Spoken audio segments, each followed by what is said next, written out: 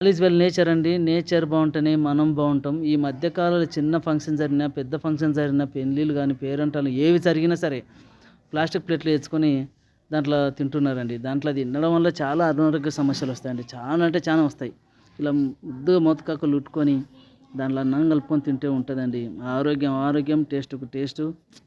అంత అన్నం దాంట్లో గుమ్మరించి, కర్రీ యేసుకొని, మంచిగా ముద్దలు కట్టుకొని తింటే ఉంటదండి. ఆ ఆనందమే వేరు. ఆ ప్రకృతే వేరు. ఆరోగ్యం అన్ని రకాల మనకు మంచిగుంటదండి.